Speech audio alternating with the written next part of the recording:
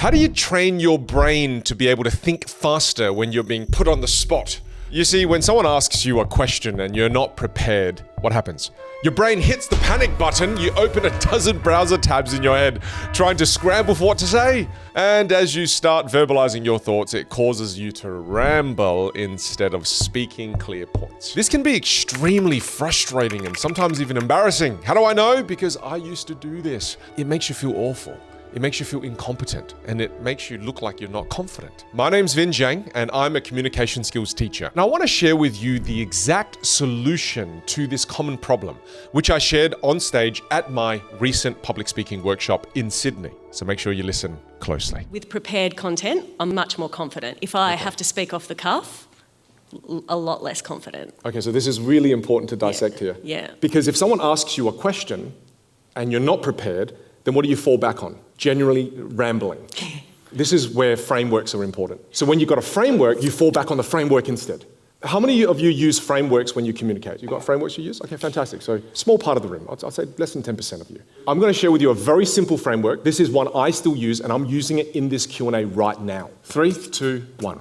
I love this framework. It's fantastic. Most brilliant thing. I use this for social media content. I use this to do Q&A. I use this when I have very little time to prep. 3, 2, 1 means what? It means 3 steps, 2 types, and the one thing.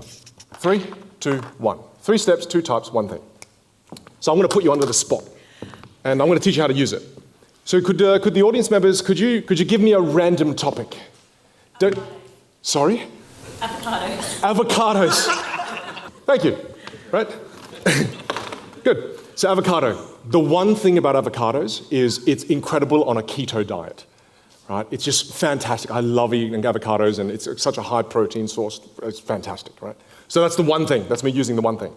So I immediately can give my brain something to lean on, as opposed to, oh my God, what do I talk about? Do I talk about it's green? Do I talk about when you eat avocados? Do you talk about when it's ripe? Do you talk about if you leave it in your fridge too long, it goes black and you can't eat it? Or can you still eat it? I'm not sure. I don't know what I'm talking about. Should I put always tomato in it? Should I have it the way the Mexicans do it? That's what your brain does. And when your brain does that, you go blank. You go blank. And then you don't say anything, and you get tongue twisted. Whereas this just gives me a framework. I picked the one thing because it was easy. The one thing is I love it when I'm on a keto diet, right? And then you can go, well, there are 2 ways, 2 types. I'll just switch this up a little bit and say 2 ways. 2 ways to have an avocado, right? You can smash it on toast, or you can eat it like a fruit. And those who do that, animals, right? But there are 2 ways, right? So immediately my brain, I give it a framework to immediately go to. Or I can give you 3 steps on how to prepare avocado. First step, obviously, cut it in half, whichever way you like, but get the skin off the avocado.